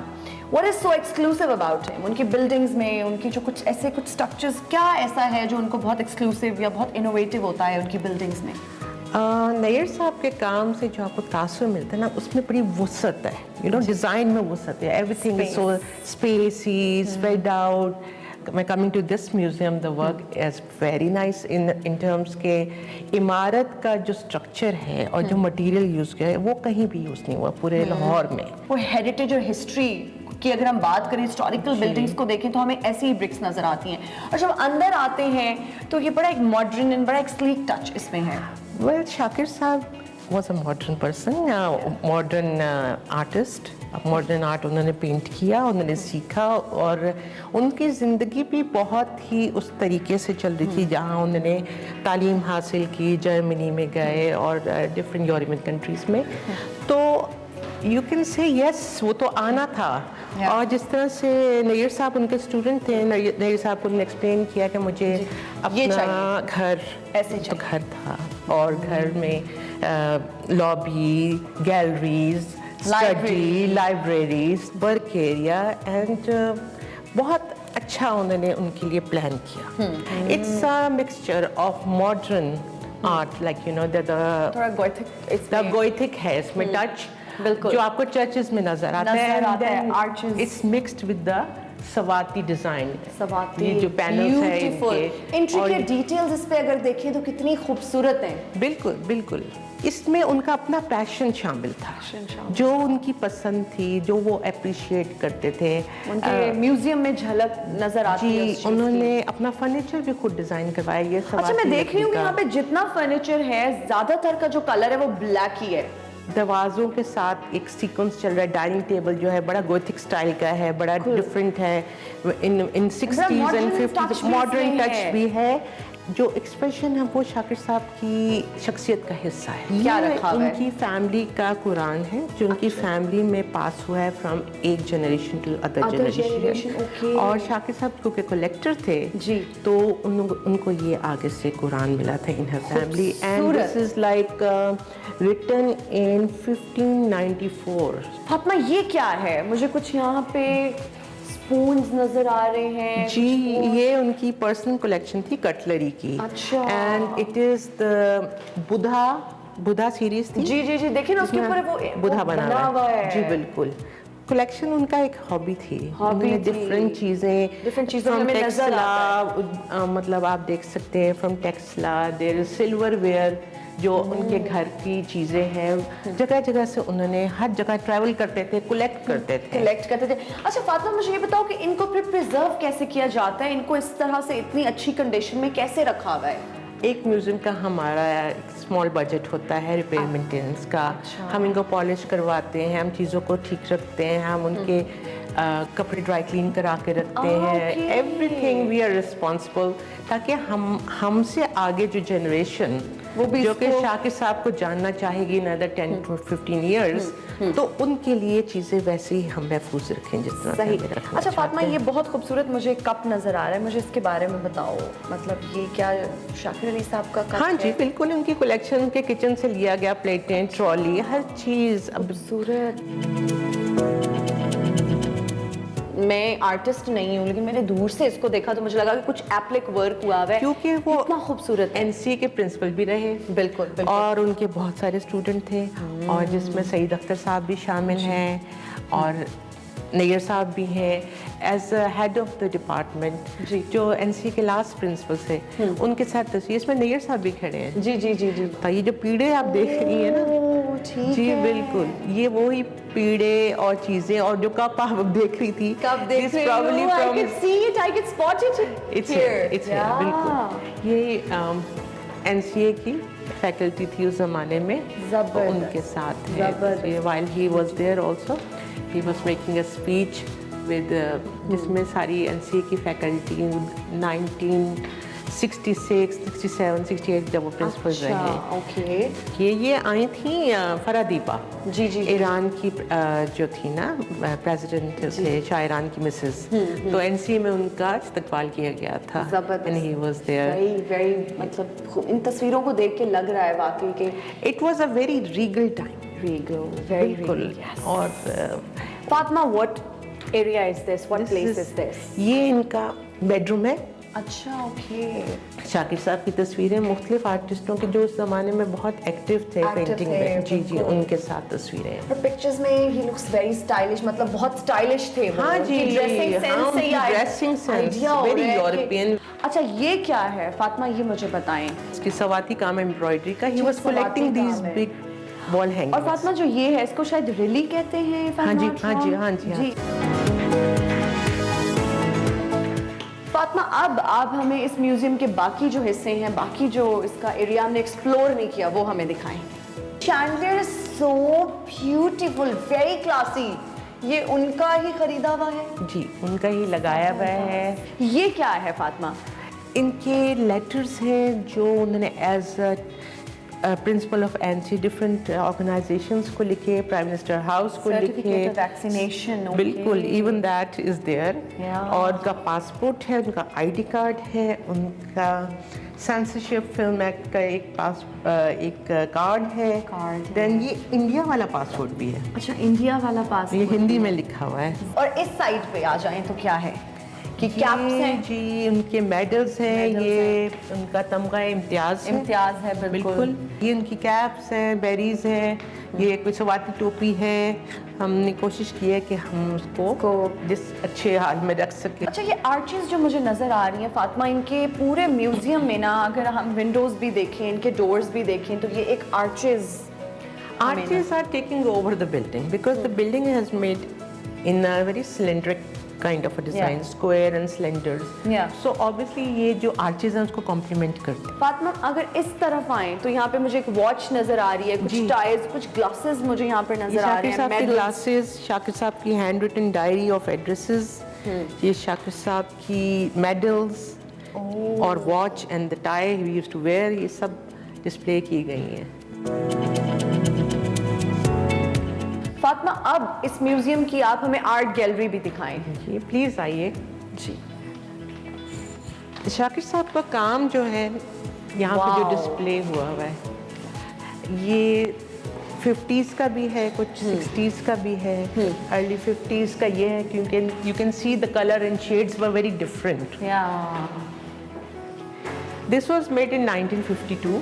Okay, it's a still life, oil on canvas. जी बिल्कुल। तो आप देखेंगे कि 1952-53 में जो काम किए थे, the colour tones were very dull, very muddy, very you can say had a serious outlook. Even without having no fans, it's very airy, very spacey. Fatima, ये इतना खूबसूरत एरिया है, यहाँ पे तो सुबह सुबह इंसान उठे, न्यूज़पेपर पढ़े, कोई मैगजीन पढ़े, कोई चाय का कप हो। This place, this area is like so beautiful. Wow, I'm awestruck. Actually, Shakir साहब यहाँ पे रह के ये सारा सिनेरियो जैसे वो चाहते थे एंजॉय कर चुके हैं। यहाँ चाय का कप लेके भी प्रॉब्ली खड़े हो चुके हैं। व्यू इतना खूबसूरत है, अगर आप सुबह सुबह उठें, वो सेरेनिटी, वो आप कॉन्टेम्पलेट कर सकते हैं। You can write, you can paint, you can do anything. और अब फातिमा, आप हमें इस म्यूजियम के किस हिस्से की सैर करा रही हैं? आपको मैं शाकिर साहब की स्टडी पे लेके जाती हूँ। ज़बरदस्त। You can find out how he worked, what kind of books he kept. Okay. आइए please. Okay, so this is study area. बिल्कुल, ये फातिमा, ये क्या है? शाकिर साहब के पेंट, ब्रशेस, उनके टूल्स, उनकी कलेक्शन थी बुक्स की जो वो पढ़ते थे, रीड करते थे, इंस्पायर होते थे। Mostly about history, mostly about art, mostly about culture. And since he was born in India, तो उनके अंदर एक डाइवर्सिटी थी, रिलीजन, आर्ट, कल्चर। उनके लिए इसकी स्टडी बहुत ज़रूरी थी, of becoming how what he became later on as a professor, as a teacher, as an artist. मतलब history, culture, heritage, music, food, architect, हर चीज़ की एक झलक नजर आती है जब हमने उनकी एक स्टडी रूम का जो है वो पर्सनैलिटी, उनकी शख्सियत एक कॉम्बिनेशन थी। इंटरेस्टिंग फातिमा, ये तो लग रहा है कोई कैसल है। जी, कोई प्रिंसेस यहाँ से अभी आएंगी। Beautiful. It's a great view. बिल्कुल, it's part of the building asset कि there is a and जो cylinder shape है, ये इस बिल्डिंग के different corners में support कर रही है। Thank you so much Fatima, आपके टाइम का बहुत शुक्रिया। Thank you so much for coming. Anytime, pleasure. नाज़रीन, मैं और फातिमा तो जाके पीने लगे हैं गर्मा गर्म कॉफी। आप देखते रहिए Expresso. Welcome back to Expresso. अब चूंकि हम PSL के हवाले से बात करें, PSL 7th एडिशन स्टार्ट होने जा रहा है। आज पहला मैच होगा। इस हवाले से एडिशन में कौन कौन से मैचेस हैं और आज इफ्तिताही मैच के हवाले से, क्योंकि आज इफ्तिताही तकरीब भी होगी, कराची किंग्स और मुल्तान सुल्तान्स का मैच भी होगा। ओवरऑल PSL 7 कैसा होने वाला है, इस हवाले से सेगमेंट खेल में उसामा मंज ने हमारे लिए एक स्पेशल रिपोर्ट तैयार की है, आपको वो दिखाते हैं।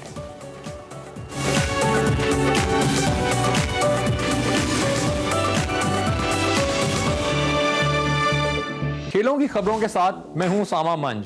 The wait is finally over. Pakistan super league का 7वां एडिशन आज शाम से शुरू हो रहा है। इस बार बनेंगे कई नए रिकॉर्ड्स और देखने को मिलेगी हाई क्वालिटी क्रिकेट, क्योंकि यही है पाकिस्तान सुपर लीग की पहचान।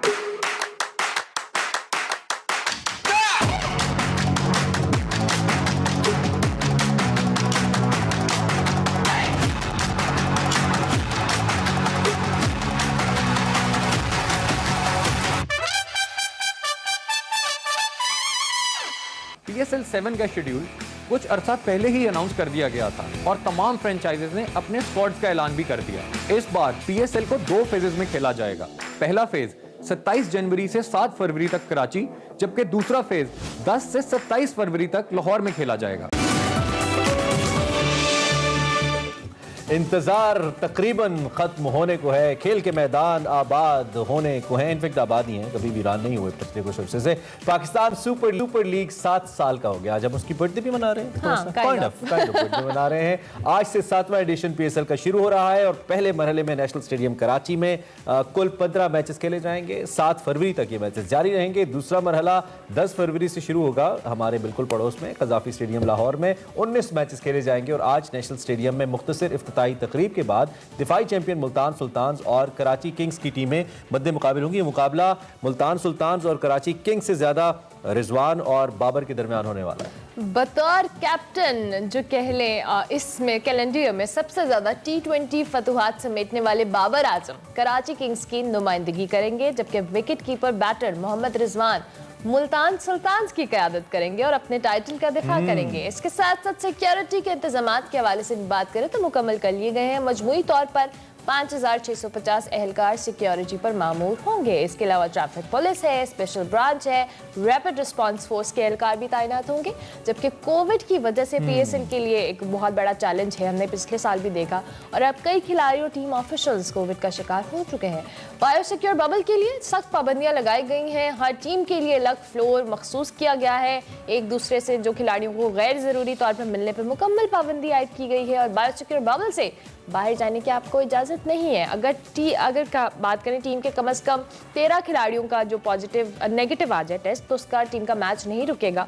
और दूसरी जानिब अगर हम NCOC के हवाले से बात करें तो कोविड के बाद 25% शायकीन को स्टेडियम में जाने की जो है वो इजाज़त है। वैक्सीनेशन कार्ड साथ लेके जाइए अगर मैच देखने जा रहे हैं, और मास्क, और अगर मालूम चाहिए तो फिर आप एक्सप्रेसो देखते रहें, क्योंकि हमारे साथ मिर्जा इकबाल बेग साहब मौजूद हैं। मिर्जा साहब, welcome, thank you very much for joining us and wish you all the best for Josh Jaga De as well. बड़ा सरप्राइज रखा आपने हमारे लिए and we are very excited to watch. और मिर्जा साहब, आप भी अब मजदूरी की लिस्ट में आ गए हैं।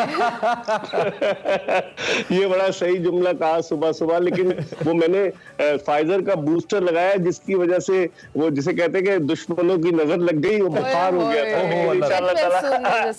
इंशाल्लाह हमें उम्मीद है कि बहुत अच्छा होगा। जो लोग देखने वाले हैं उनको हम बताना चाहते हैं कि रात 11 बजे don't forget to join Mirza Sahab along with Yasir Ameed and Mohammad Sami, आप इनको ज्वाइन कर सकते हैं। अच्छा मिर्जा साहब, सबसे पहले तो हमें कराची, क्योंकि आप हैं, एक तो आप अपनी सेहत के लिए अपना ख्याल रखें, बहुत जरूरी है। दूसरा, कराची का हमें बताइए इस वक्त क्या एटमॉस्फेयर है, क्या इस वक्त सारे मामला तैयार है PSL 7 को वेलकम करने के लिए?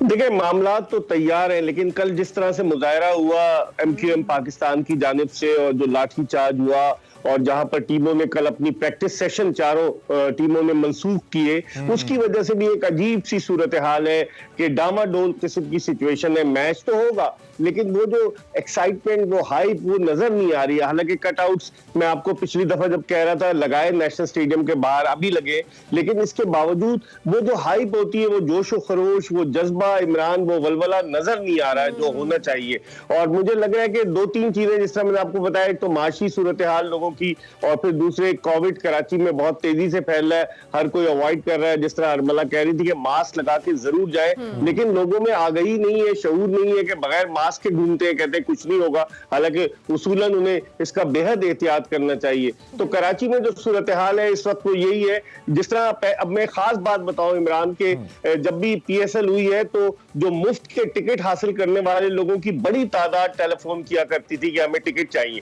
लेकिन अब तो कोई भी नहीं कर रहा फोन। तो इसका मतलब ये हुआ कि लोग बड़े कॉशियस हैं। लोग ये चाहते हैं कि भाई अपने घर में टीवी पे देख लो, क्योंकि जाना, और फिर जिस तरह की सिचुएशन है, लॉ एंड ऑर्डर, बहुत सारी चीजें। हालांकि आप लोग जो बता रहे थे कि कितने एहलकार, रैपिड स्क्वाड, ट्रैफिक पुलिस, सब ताइनात किए गए, उसके बावजूद वो हाइप नजर नहीं आ रही। मिर्जा साहब, हाइप और एक्साइटमेंट की जो आप बात करें, इसमें एक फैक्टर ये भी आपको कि 25% जो शायकीन है उनको अलाउ किया गया है स्टेडियम में जाके मैच देखना। फिर दूसरी जो एक हम कराची की पॉलिटिकल एक सिनेरियो की बात करें, वो भी एक रीजन है। लेकिन साथ साथ जो ओवरऑल इंतजामात हैं या एक हाइप बनाना है, उस हवाले से आपको लगा है कुछ लैक हुआ है ये सारा मामला? बिल्कुल Armala, Pakistan cricket board by hook and crook ये चाह रहा था कि किसी भी तरीके से 27 जनवरी से 27 फरवरी तक इस पीएसएल को खत्म किया जाए, क्योंकि उसके बाद कोई विंडो नहीं है। पीसीबी के chief operating officer Salman Naseer ये कह चुके हैं कि कोई विंडो नहीं है, हमें इसी में कराना पड़ेगा। तो जब वो इस तरह की चीजें कर रहे हैं, आप देखें ना, पेशावर ज़ल्मी के 4 खिलाड़ियों के कोविड टेस्ट पॉजिटिव आए, कामरान अकमल, हैदर अली, अरशद इकबाल और एक और खिलाड़ी, तो अब वहाब रियाज उनके कप्तान, फिर उसके अलावा वसीम अकरम का कोविड टेस्ट पॉजिटिव आया। तो बहुत सारी सूरत हाल है, अभी भी लोग बड़े कॉशियस है। जिस होटल में कराची के ठहरे हैं 5 स्टार होटल में, उसके 6 फ्लोर्स, अलग अलग फ्लोर्स हैं, जा नहीं सकते, पाबंदियां है। ऐसा लगता है कि किसी 5 स्टार जेल में कैद है। MBS याद आ जाते हैं मुझे, वो जो MBS मोहम्मद बिन सलमान जिन्होंने कैद किया था लोगों को, तो ये वही सूरत हाल है। दूसरे दोस्त हैं वो जी। दूसरे ये इमरान के जो सूरत हाल है कि जमात इस्लामी कराची का धरना जो है वो 27 दिसंबर से जारी है, बहुत उनको अरसा हो गया तकरीबन। फिर उसके बाद कल MQM पाकिस्तान ने एहतजाज किया। तो सिचुएशन भी ऐसी है कि लोग थोड़ा सा अवॉइड कर रहे हैं घर से निकलने को। और फिर अरमला ने सही कहा, 25% लोग आ रहे हैं। मैं कल अपने एक शो में बात कर रहा था कि जब भी IPL आता है, दो के IPL का साइज उसके बजट के लिहाज से, उसकी ऑडियंस के लिहाज से, मीडिया राइट्स के लिहाज से बहुत बड़ा है, लेकिन टाइप ऑफ क्रिकेट हमारी उससे ज्यादा अच्छी है। थ्रिल हमारी क्रिकेट में, हमारे PSL में ज्यादा मौजूद है। प्लेयर्स भी ऑब्वियसली इस वक्त दुनिया के टॉप जो ICC के प्लेयर्स हैं वो हमारे पास मौजूद है, इंडियंस नहीं है वो। लेकिन उसके बावजूद IPL के आने से पहले पूरी मीडिया के अंदर क्रिकेट बोर्ड की तरफ से कैंपेन्स चलाई जाती हैं, जो इंडियन क्रिकेट बोर्ड है, और एक हाइप दी जाती है उस इवेंट को, और फिर उससे जो स्पॉन्सर है वो अट्रैक्ट होता है, जो व्यूअर है वो अट्रैक्ट होता है। एक पूरी एक सिचुएशन बनाई जाती है। पाकिस्तान क्रिकेट बोर्ड ने जो गाना अपना ऑफिशियल रिलीज किया वो भी स्पॉन्सर का था, और उसमें भी हमें स्पॉन्सर्ड स्टफ ज्यादा नजर आता है, और क्रिकेट का जो स्पिरिट है वो कम नजर आता है, कमर्शियलिज्म, ग्लैमर ज्यादा नजर आता है, और कोई मीडिया हाइप नहीं है क्रिकेट बोर्ड की तरफ से। इस पे आप क्या कहेंगे?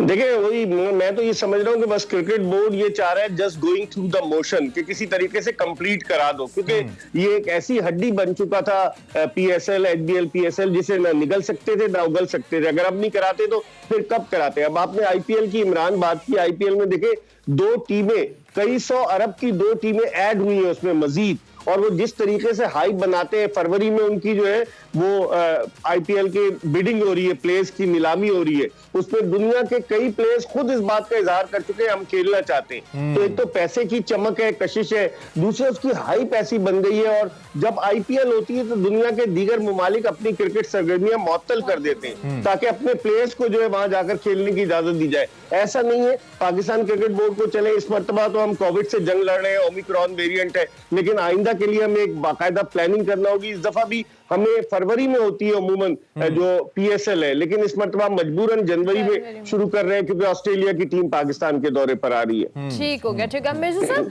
उसके साथ साथ जो हम आज की अगर बात करें, इफ्तिताही तकरीब के हवाले से कहा तो जा रहा था, क्योंकि हमने सुबह यही कह रहे थे, शुक्र है टर्की नहीं ले गए, वहां पे भी कुछ इफ्तिताही तकरीब कर लेते।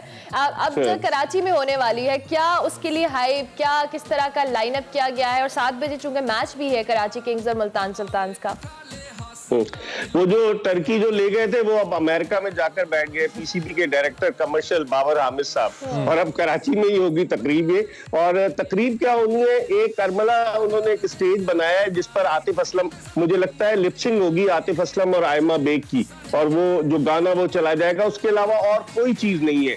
और नेशनल स्टेडियम कराची के बाहर इन्होंने लाइट्स वगैरह लगाई थी, बड़ा चमकाया था, लेकिन वो भी हटा दी गई है क्योंकि एक कमेंट्री बॉक्स इन्होंने बनाया था इनसाइड द स्टेडियम ग्राउंड के पास, उसमें आग लग गई। तो अब उस कमेंट्री बॉक्स का प्लान को भी जो है खत्म करके उसको जहां जो मेन ऊपर बिल्डिंग में जो कमरे हैं कमेंटेटर्स के, वहां जो है वहां से कमेंट्री होगी। वरना ये चाह रहे थे कि बायोसिक्योर बबल में चूंकि कमेंटेटर्स हैं, ऊपर तो मीडिया के लोग जाते हैं, तो ये चाह रहे थे बिल्कुल सेपरेट रखे, लेकिन ऐसा हुआ नहीं, उसमें शॉर्ट सर्किट से आग लग गई। तो सिर्फ सेरेमनी कोई नहीं है, एक तो पब्लिक कम होगी, 8000 तमाशाइयों के बैठने की गुंजाइश है, और सेरेमनी नहीं है, सिर्फ एक जो ऑफिशियल सॉन्ग इसका बना है आयमा बेग और आतिफ असलम का, वो सॉन्ग गाया जाएगा। और आज मैच 7:30 बजे शुरू होगा, 7 बजे ये सॉन्ग वगैरह होगा आज, वरना आम दिनों में दोपहर 2 बजे और शाम 7 बजे मैचेस शुरू होंगे। तो मिर्जा साहब, अब तक जितनी हाइप है इसकी, इससे आप मुतमईन हैं? अब तक जिस हालात में PSL होने जा रहा है, being cricket, being sports journalist, आप इस बात बात से मुतमईन है कि ये ठीक है, कम से कम हो तो रहा है,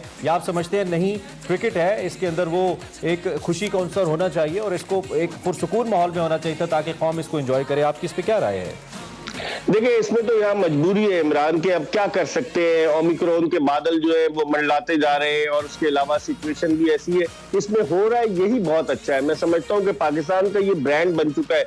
6 फरवरी 2016 को जब PSL HBL PSL शुरू हुई थी दुबई में, मैं वहीं था, तो उस वक्त नजम सेठी साहब मीडिया बॉक्स में तशरीफ लाए और हमसे मिले, खासतौर पर मुझसे बड़ी बात कर रहे थे कि देखना ये ब्रांड बन जाएगा। He was very confident. और अब आप देखें कि 7वां साल है और ये ब्रांड बन चुका है, अल्लाह करे, क्योंकि अगर हम एक साल भी इसको जो है स्किप करेंगे तो फिर हमारे लिए मुश्किलात होंगी। IPL कभी स्किप नहीं हुई। अगर IPL में कोविड केसेस आए तो उन्होंने उसे शिफ्ट कर दिया UAE।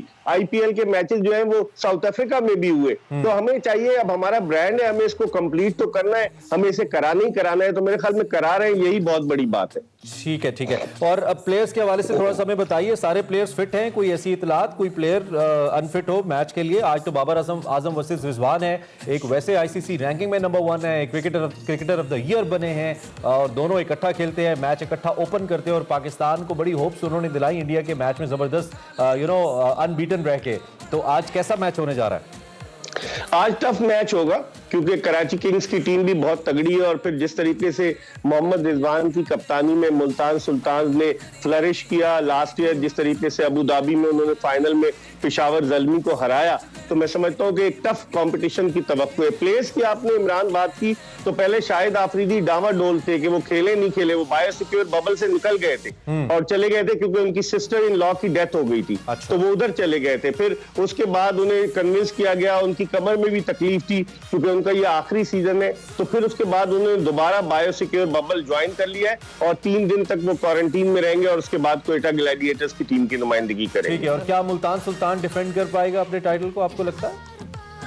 इस दफा कुछ कह नहीं सकते, टीम तगड़ी है और Babar Azam as a captain जो है अपनी सलाहियतों का भरपूर लोहा मनवा रहे हैं, कॉन्फिडेंस उनमें आता जा रहा है और कराची किंग्स की टीम बुरी टीम नहीं है। अब सवाल ये पैदा होता है कि जो गैर मुल्की क्रिकेटर्स हैं वो कितने टॉप के क्रिकेटर्स आते हैं जो खेलते हैं, हालांकि काफी आ रहे हैं, लेकिन बाद ऐसे क्रिकेटर्स हैं जो या तो रिटायर हो गए या अपनी टीमों में मुंतखब नहीं हुए। तो मुकाबला तो सख्त है। ठीक है। तो ये अभी जो पॉलिटिकल एक सिचुएशन वहां पे बनी है, जिसके बाद आपने कहा कि क्योंकि वहां पे बायोसिक्योर बबल का भी मामला है, वहां पे होटल्स भी बिल्कुल उसी एक रेड जोन के आसपास है, तो अब इस पे हुकूमत कोई मजीद एक्शन में आई है? आपकी किसी सरकारी ओहदेदार से बात हुई हो, किसी सोर्स के जरिए?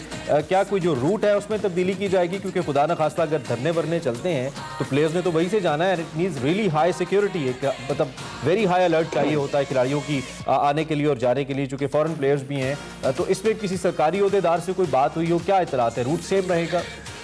देखिए, सरकारी ओहदेदार से तो बात नहीं हुई, लेकिन कल क्वेटा ग्लैडिएटर्स की टीम प्रैक्टिस के लिए जो नॉर्दर्न बाईपास है जो इन्होंने बनाया हुआ है उधर से गई थी, वो सोराब गोट की तरफ से। आप तो कराची में रहे ना, इन्होंने वो जो लियारी एक्सप्रेस वे जो बनाया हुआ है उस तरफ से लियारी एक्सप्रेस वे से गए थे वो। क्योंकि ये वाला हिस्सा जो है, अगर वहां से निकले आप 5 स्टार होटल से और मेट्रोपोल से आगे की तरफ जाएं तो ये हिस्सा बड़ा कल जैम था, ब्लॉक था। तो सिक्योरिटी पॉइंट ऑफ व्यू को मद्देनजर रखते हुए मेरे ख्याल में इनको उसके ऑल्टरनेट रास्ते से ले जाया जाएगा, लियारी एक्सप्रेस वे से, और वहां से फिर नेशनल स्टेडियम बहुत नजदीक है, अगर वहां से जाएं तो मेरे ख्याल में प्लान तो यही होना चाहिए। क्योंकि शहर के वस्त से लेकर जाएंगे, एक तो यहाँ सिक्योरिटी का बहुत ज्यादा एहतमाम करना पड़ेगा, दूसरी तरफ MQM पाकिस्तान ने आज यौम सियाह की कॉल भी दी हुई है, जमात इस्लामी भी एहतजाज कर रही है, तो बहुत सारे फैक्टर्स हैं। कितने पुलिस वाले हैं, कहाँ लगाएगी फोर्स सिंध हुकूमत? तो मेरे ख्याल में वही मेरी अपनी ओपिनियन यही है कि जिस तरह कल क्वेटा ग्लैडिएटर्स को लेकर गए थे, अगरचे उन्होंने प्रैक्टिस अपनी कैंसिल कर दी थी,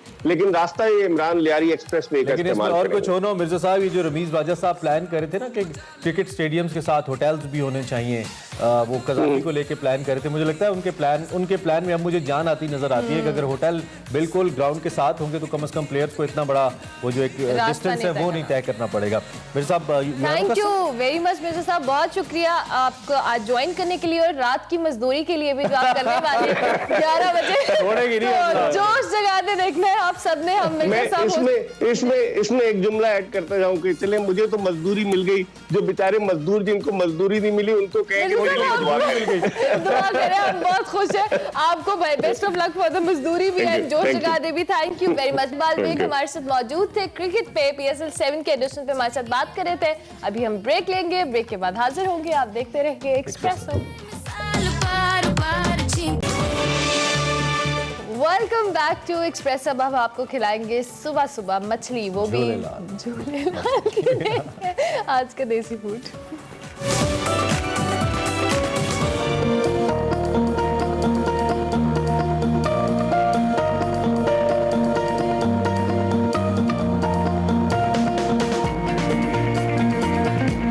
नाजरीन, सर्दियों और मछली इन दोनों का आपस में बहुत गहरा ताल्लुक है और मछली सर्दियों की सौगात भी है, इसलिए अक्सर ही लोग रात को सर्दियों के वक्त मछली खाने बाहर जरूर जाते हैं। आज मैं हूँ मुगलपुरा रोड गड़ी शाहू मेन बाजार में, जहाँ पर है झूलेलाल फिश कॉर्नर। चले आए, चलकर देखते हैं यहाँ का टेस्ट कैसा है और लोगों को इनकी मछली की खास बात क्या लगती है।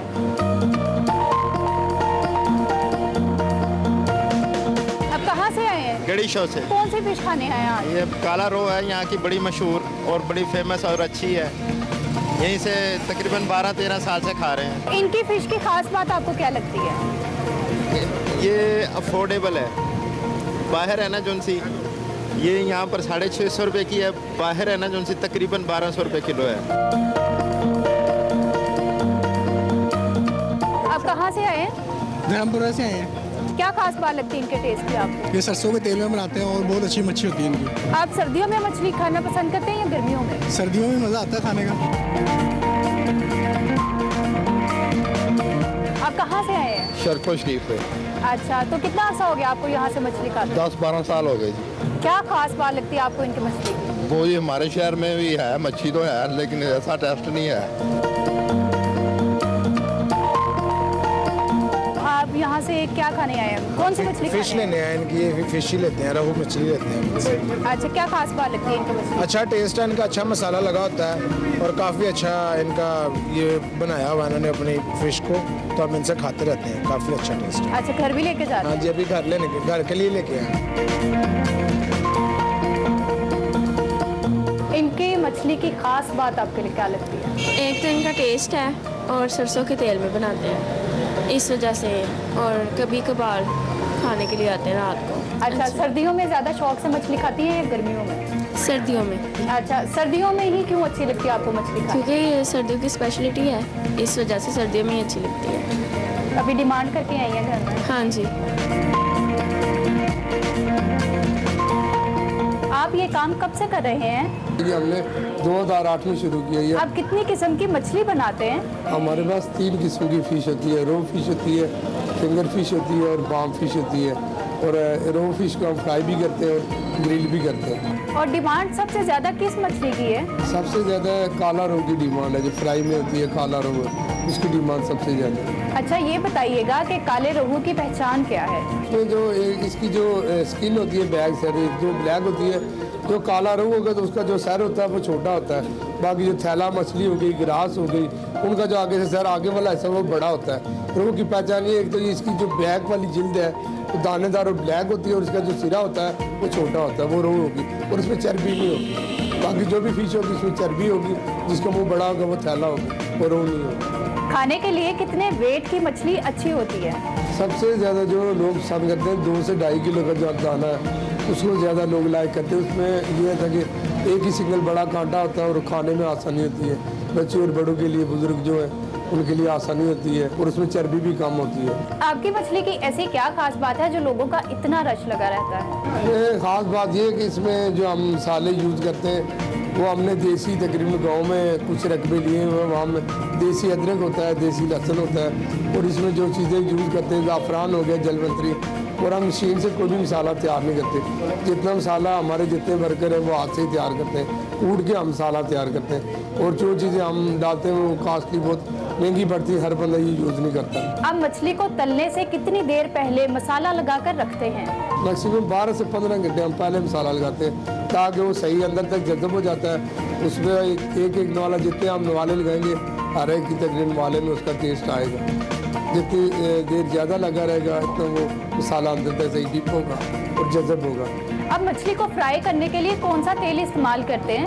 हमारे सबसे ज़्यादा सेल होने की वजह यह कि हम जो फिश तैयार करते हैं वो सरसों के आयल में तैयार करते हैं। इतने अरसे से आप ये काम कर रहे हैं, कोई मशहूर शख्सियात तो आती होंगी आपके पास? हमारे पास डेली मशहूर शख्सियत बहुत आते हैं। जितने बड़े फिल्म स्टार हैं, शफकत चीमा और जो टीवी एंकर हैं और जितने नातखा हैं, तकरीबन मोस्टली डेली आते हैं हमारे पास। आपकी इसके अलावा और कोई ब्रांच है? इसके अलावा हमारी 3 ब्रांचें हैं। फैसल टाउन में है, जोड़े पुल में है और अरबसपुरे में। आपकी शॉप की टाइमिंग क्या है? टाइमिंग सुबह 10 से लेकर रात 2 बजे तक। आप कौन सी मछली सेल करते हैं, दरियाई या फार्मिंग? दरिया भी लाते हैं। बेसिकली हमारे मुजफ्फरगढ़ है, कोट अद्दू है, वहाँ हमारी अपनी फार्मिंग है। हम अपनी साथ पूरी तैयार करते हैं। आप अपने फार्म की ही मछली इस्तेमाल करते हैं, वो कितने अरसे में तैयार हो जाती है? ये तकरीबन इसका 1 साल का प्रोसेस होता है। आज जो हमने फार्मिंग की है तो तकरीबन नेक्स्ट साल को इसी माह में जाके वो तैयार होगी। बहुत शुक्रिया आपका।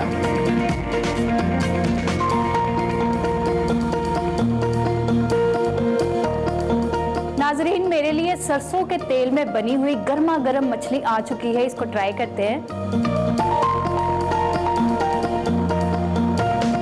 नाजरीन, ये वाकई बहुत ज़्यादा लजीज है, आप लोग भी एक बार ज़रूर ट्राई करें। मिलते हैं अगले नए देसी खाने के साथ। अल्लाह हाफिज़। देसी फूड आपने मुलाहिजा किया। बात करते हैं मुमताज़ साफ़ी, मुसन्निफ और फिल्मसाज डॉक्टर अली सुफियान अल आफाकी की, जिनकी बरसी आज मनाई जा रही है। And we have a report about, आपको दिखाते हैं।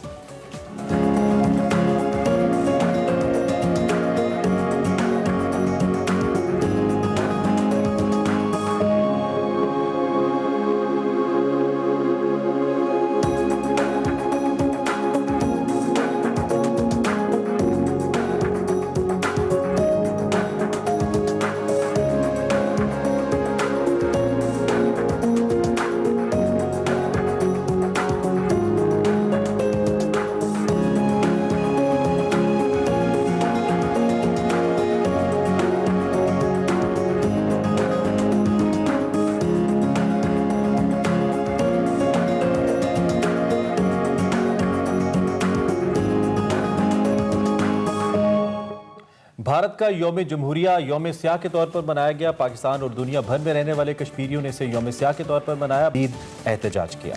चलिए जनाब, आपसे हम इजाजत लेंगे, कल फिर मुलाकात होगी, तब तक के लिए पावर पैक शो। अल्लाह हाफिज़।